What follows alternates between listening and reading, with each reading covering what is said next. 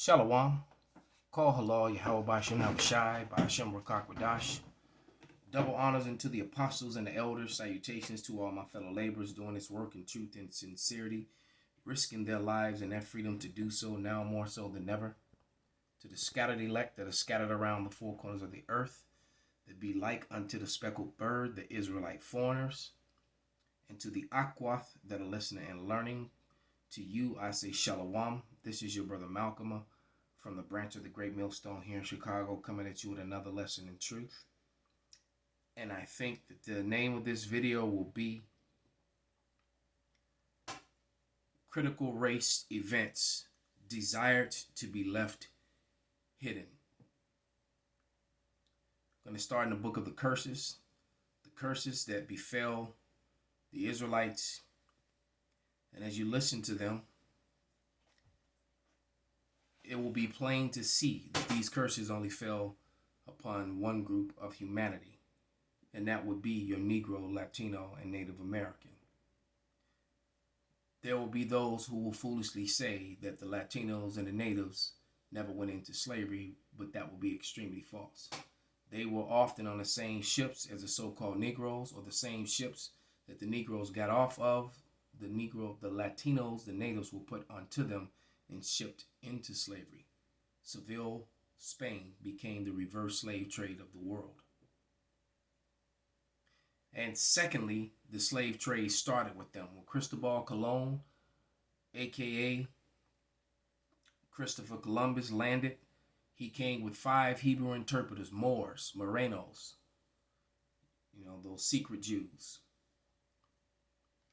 Those are Sephardic Jews who were so-called Negroes. Race traders is what they were. They came over here and helped enslave and translated, because Cristobal Colon knew that he would encounter Hebrew-speaking people. The curses. Deuteronomy 28:16. Cursed shalt thou be in the city, and cursed shalt thou be in the field. Verse 25. Yahweh shall cause thee to be smitten before thy enemies. Thou shalt go out one way against them, and flee 7 ways before them, and shall be removed into all kingdoms of the earth. 29. Thou shalt grope at noonday as the blind gropeth in darkness, and thou shalt not prosper in thy ways, and thou shalt be only oppressed and spoiled evermore, and no man shall save thee. Hence the reason why Garvey, King, X, Pac, no one was able to save us from this condition, because this was part of the curses. Our women being against us, it's part of the curses. Verse 30. Thou shalt betroth a wife, and another man shall lie with her. Thou shalt build an house, and shalt not dwell therein. And thou shalt plant a vineyard, and shalt not gather grapes thereof. All that happened during slavery and after. These Edomites laid with our women. That's why so many tares amongst us. Something that the BOIs don't like to talk about. All those babies that were born to Negro women that were fathered by Edomite men. But those babies still look Negro. That's another lesson in itself. Verse 32. Thy sons and daughters shall be given unto another people, and thine eyes shall look and fail with longing for them all the day long, and there shall be no might in thy hand. They traded, sold our children, ripped our families apart. Now they do it with the contractual law through feminism, Title 4D, Section 22, which is erroneously or fraudulently called child support. Verse 64-65.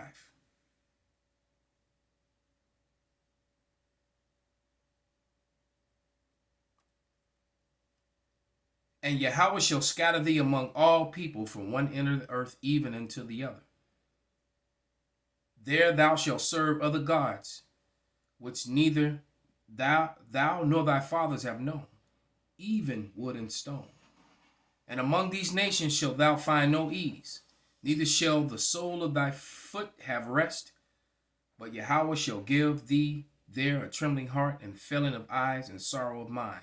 That's why you have so many coons get on and try to defend Esau Edom or come against critical race facts. I'm not going to call it theory.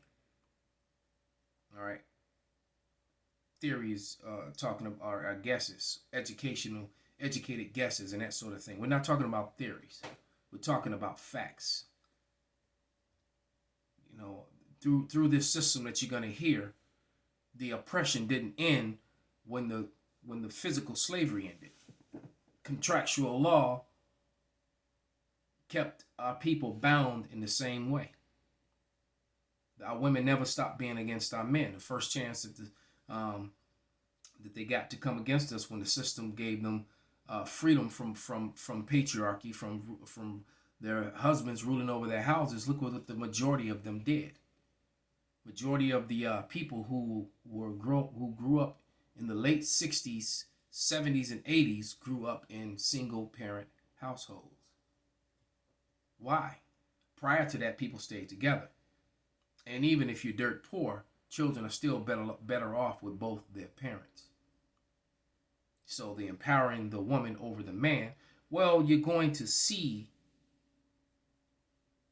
how this was implemented in this almost 5-minute video that I'm about to play. Deuteronomy 28:68. And Yahweh shall bring thee into Egypt again with ships, by the way whereof I spake unto thee. Thou shalt see it no more again. The it is Israel. And there you shall be sold unto your enemies for bondmen and bondwomen. That's a slave man and a slave woman. And no man shall buy you, meaning no man shall redeem you, shall save you.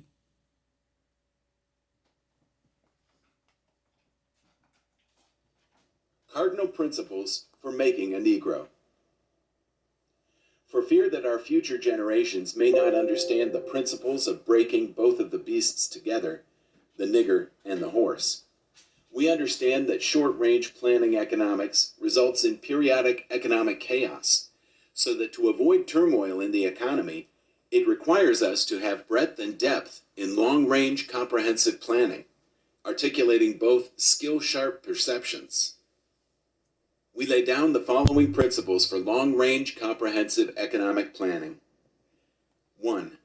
Both horse and niggers is no good to the economy in the wild or natural state. 2. Both must be broken and tied together for orderly production. 3. For orderly future, special and particular attention must be paid to the female and the youngest offspring. 4. Both must be crossbred to produce a variety and a division of labor. 5. Both must be taught to respond to you in a peculiar new language. 6. Psychological and physical instruction of containment must be created for both. We hold the 6 cardinal principles as truth to be self-evident, based upon the following discourse concerning the economics of breaking and tying the horse and the nigger together, all inclusive of the 6 principles laid down about. Accordingly, both a wild horse and a wild or natural nigger are dangerous, even if captured, for they will have the tendency to seek their customary freedom, and in doing so might kill you in your sleep. You cannot rest. They sleep while you are awake, and are awake while you are asleep. They are dangerous near the family house, and it requires too much labor to watch them away from the house. Above all, you cannot get them to work in this natural state. Hence, both the horse and the nigger must be broken. That is, breaking them from one form of mental life to another. Keep the body and take the mind. In other words, break the will to resist. Now, the breaking process is the same for both the horse and the nigger, only slightly varying in degrees. But as we said before, there is an art in long-range economic planning. You must keep your eye and thoughts on the female and the offspring of the horse and the nigger. A brief discourse in offspring development will shed light on the key to sound economic principles. Pay little attention to the generation of original breaking, but concentrate on future generations. Therefore, if you break the female mother, she will break the offspring in its early years of development, and when the offspring is old enough to work, she will deliver it up to you, for her normal female protective tendencies will have been lost in the original breaking process. For example, take the case of the wild stud horse, a female horse, and an already infant horse, and compare the breaking process with two captured nigger males in their natural state, a pregnant nigger woman and her infant offspring. Take the stud horse, break him for limited containment. Completely break the female horse until she becomes very gentle, whereas you or anybody can ride her in her comfort. Breed the mare and the stud until you have the desired offspring. Then you can turn the stud to freedom until you need him again. Train the female horse where she will eat out of your hand, and she will in turn train the infant horse to eat out of your hand also.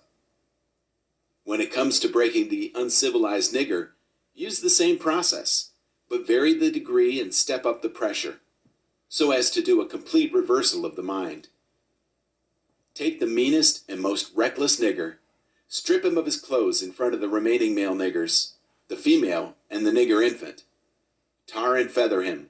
Tie each leg to a different horse faced in an opposite direction, set him on fire, and beat both horses to pull him apart in front of the remaining nigger. The next step is to take a bullwhip and beat the remaining nigger male to the point of death in front of the female and the infant. Don't kill him, but put the fear of God in him, for he could be useful for future breeding.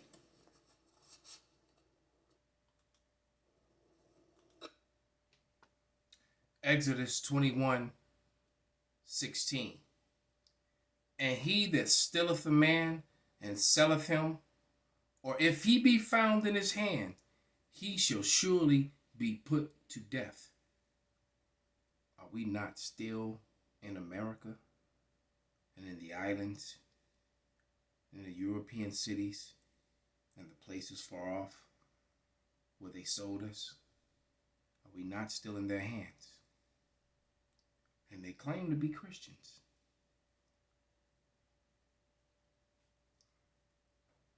Lamentation 4:21. Rejoice and be glad, O daughter of Edom. That's the so-called white man. That dwellest in the land of Uz.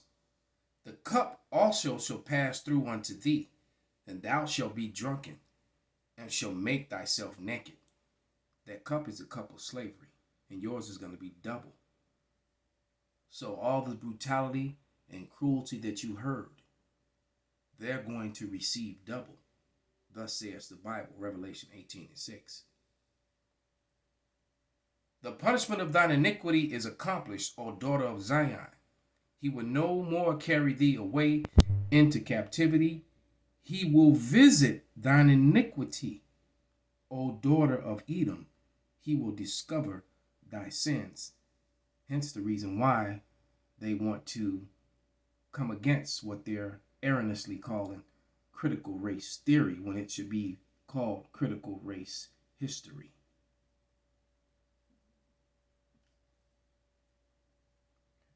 Revelation 13:9. And it reads, if any man have an ear, let him hear. He that leadeth into captivity shall go into captivity.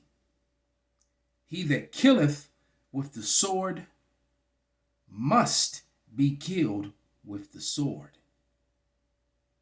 Here is the patience and the faith of the saints. So the saints, Negroes, Latinos, Native Americans, and the scattered Israelite foreigners are patiently waiting to put brutal slavery upon those that did it to them. Call halal Yahweh Bashim Abishai, Bashim Rakak Wadash, Wa Abba Babal, Kwam Yasharala.